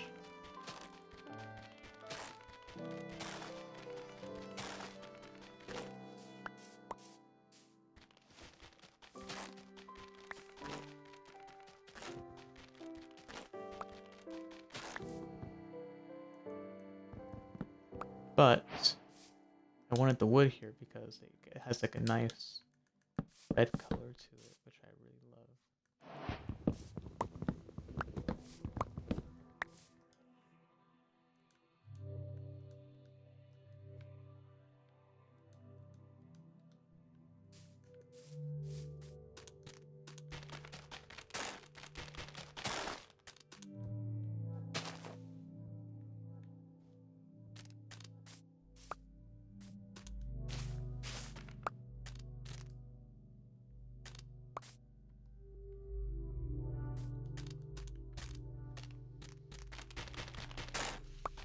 I think after the stables are built, I'll leave. What just broke? Oh, that broke.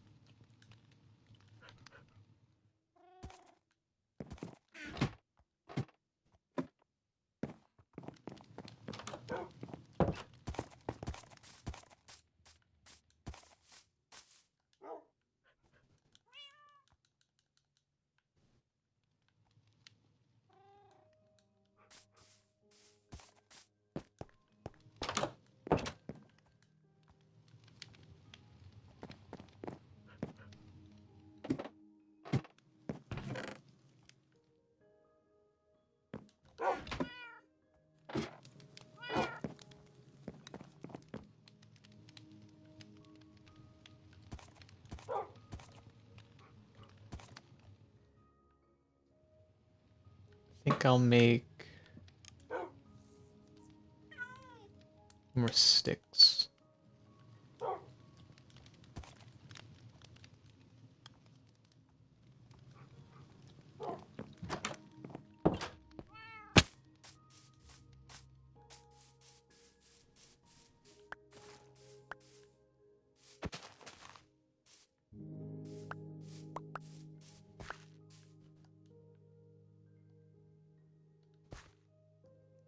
All right. So to begin, what I need to do, I need some dirt so I can. I guess I have the scaffolding. That's true.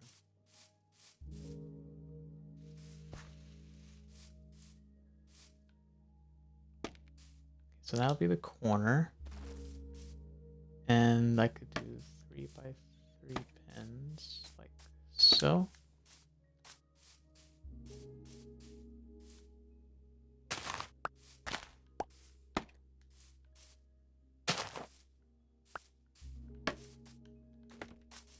Yeah, that could work.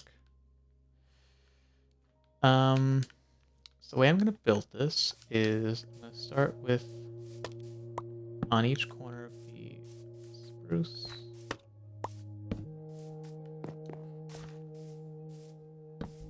Spruce, spruce.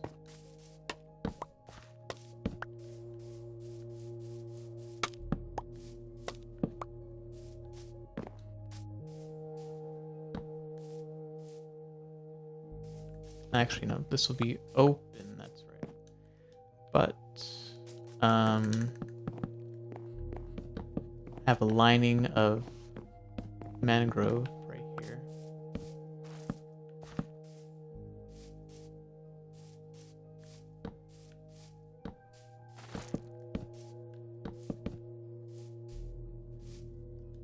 And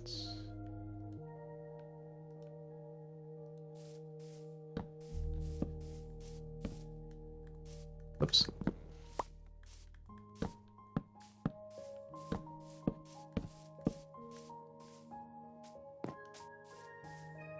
Yeah.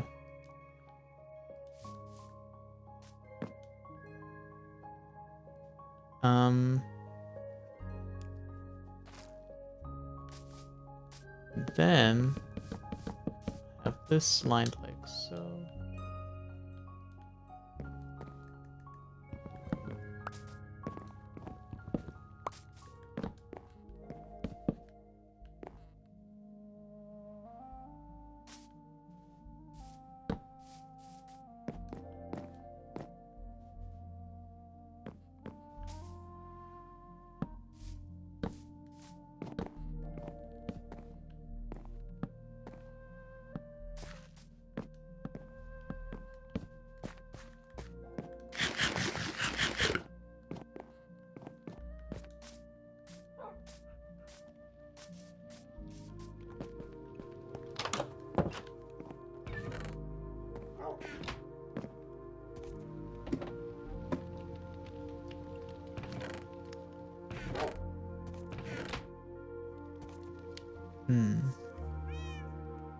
Let me see how it looks with jungle wood.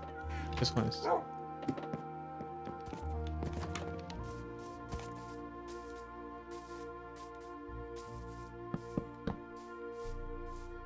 No, it doesn't look too bad actually. I think it goes well.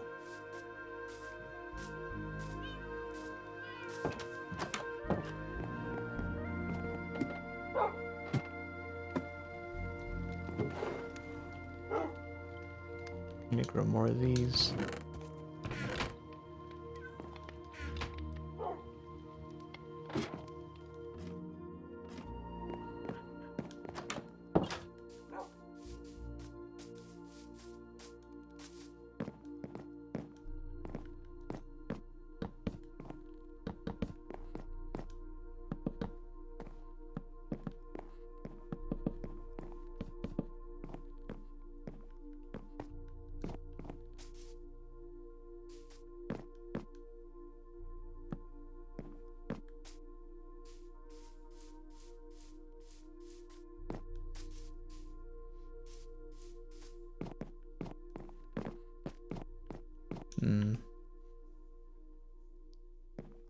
Maybe I should make this like a window for each.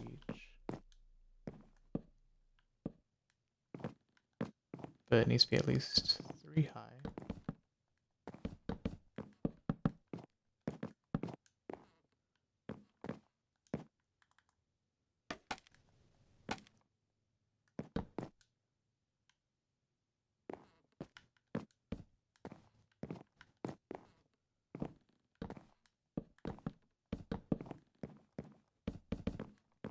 Hi MG.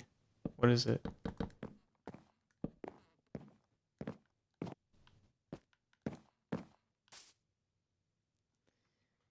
What's my opinion on delta 8 and the other THC derivatives? Indifferent because I'm sober. Not because I've been not sober before, but because, you know.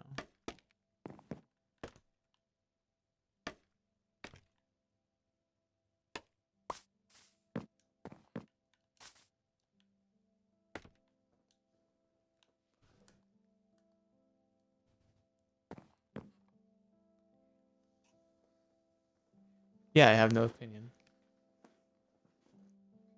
I don't know if that's bad or good. For me to say.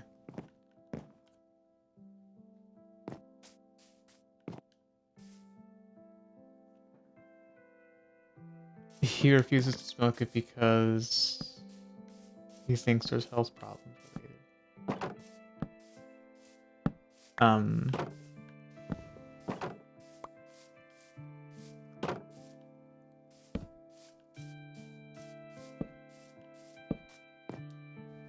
That's his choice, I guess. I mean, as long as you know it, you know where you're getting it from.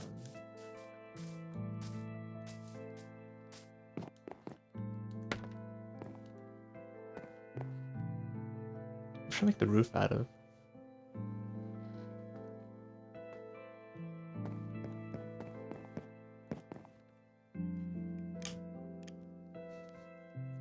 Oh, you're using it right now. Okay, that's why.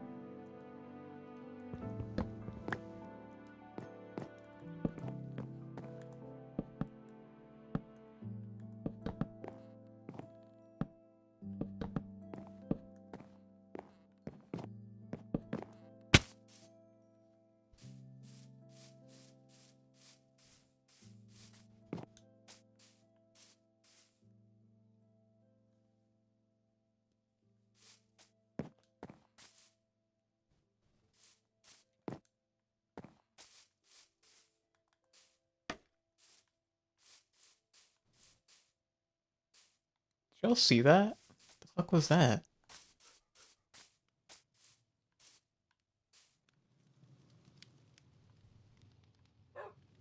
Yeah, I don't know if y'all saw that, but someone like walked behind this pillar here. Okay, that scared me. You saw it too, right? What the fuck?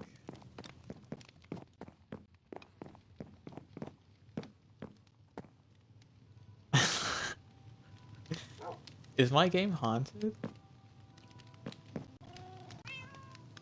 I hope it was just an Enderman. Don't laugh, MG. I'm scared now. I've been watching those like analog horror videos on YouTube. Hero Brian strikes again, yeah.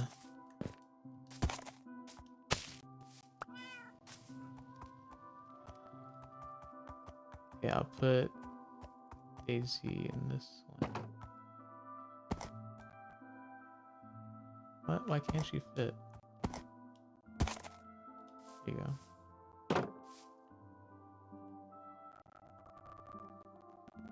Analog horror is the funniest thing to you? Why?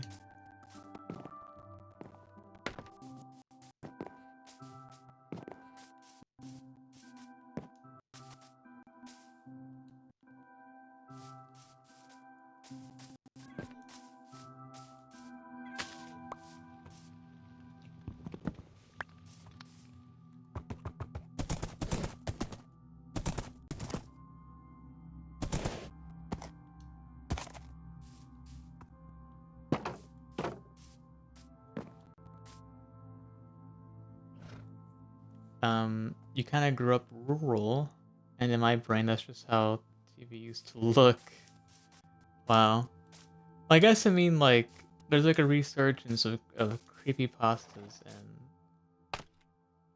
and shit, and I've been seeing stuff about like analog horror Minecraft. I don't know. God, I want to know what that was. What was that? God, that scared me. It could have just been Enderman.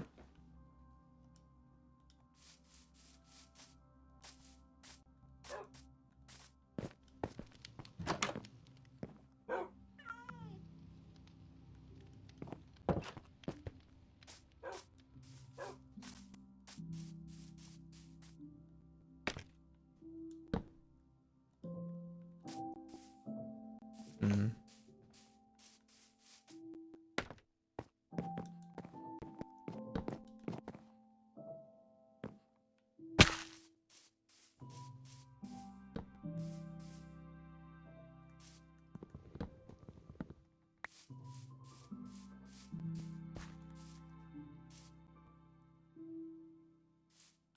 Oh, it just doesn't process for you.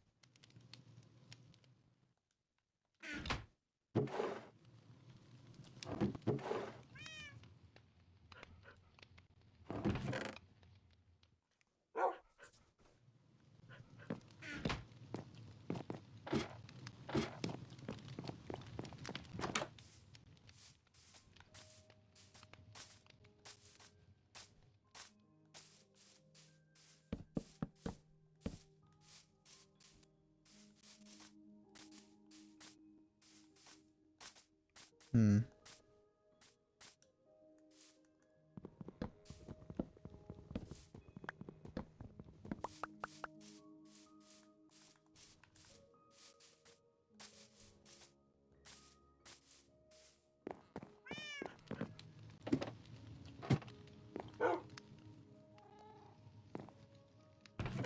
I think I'm gonna have to make the roof out of mangrove.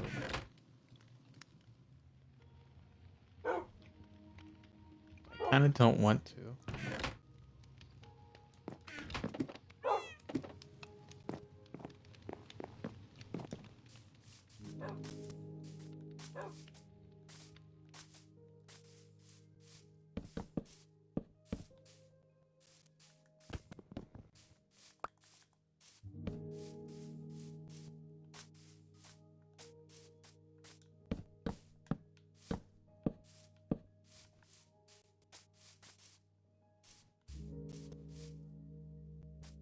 This doesn't look too bad.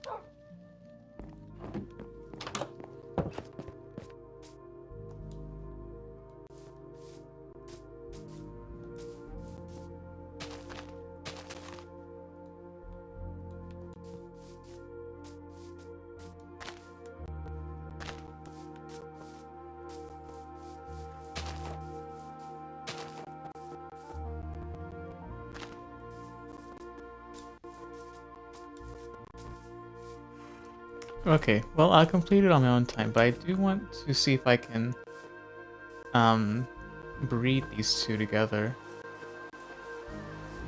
somehow.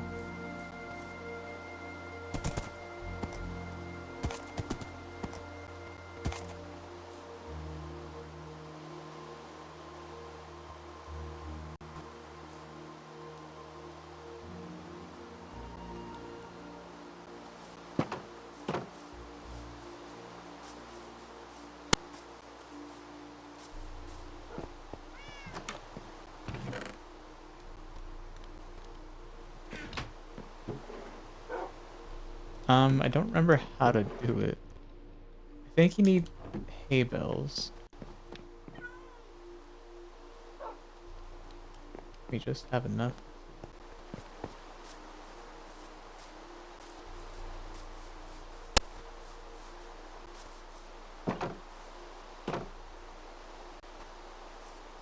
Um,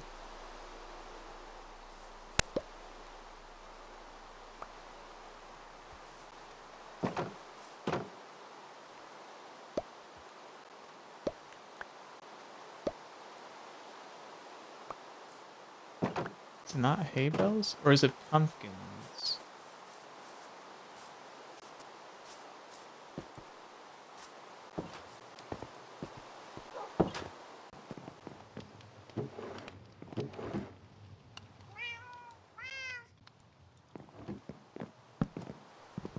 Oops.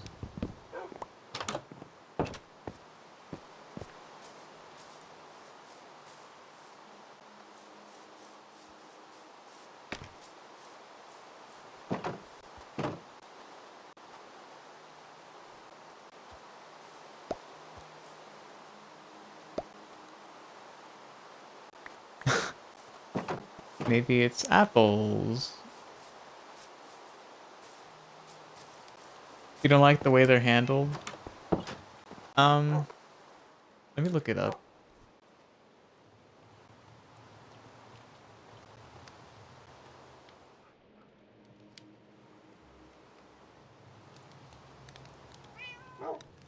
Um, I need golden carrots.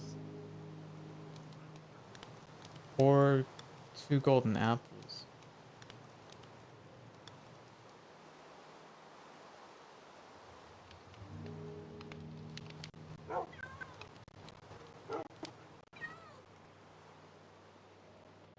Um,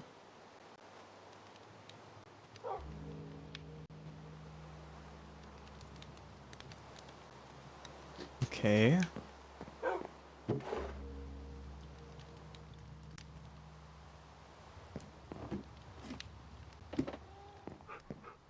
That's so random. Why would they make it such a difficult process? Not difficult, but like, why golden carrots? Why not just like regular carrots or apples? Like, why golden?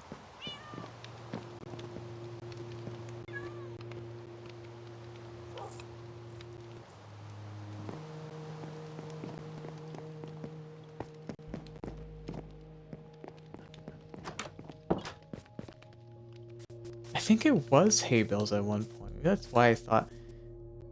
Oh my god, there's fucking pillagers. I hate them. Okay, I'm gonna have to breed you two. Oh, there's one. There's two.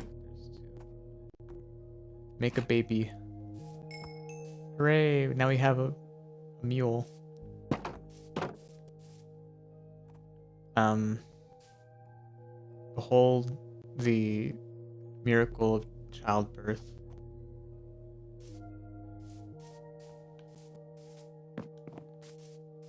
Um,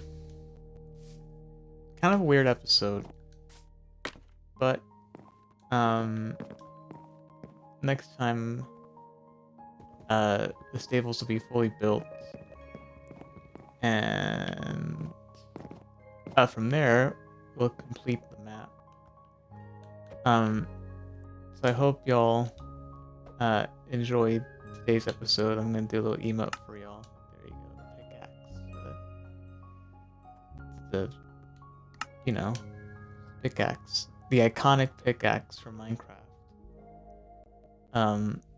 So if you like the stream, like it, comment, subscribe, all those good things. Hug your mom, and I'll see you in the next stream episode. Bye, chat. Bye. Love you. Bye.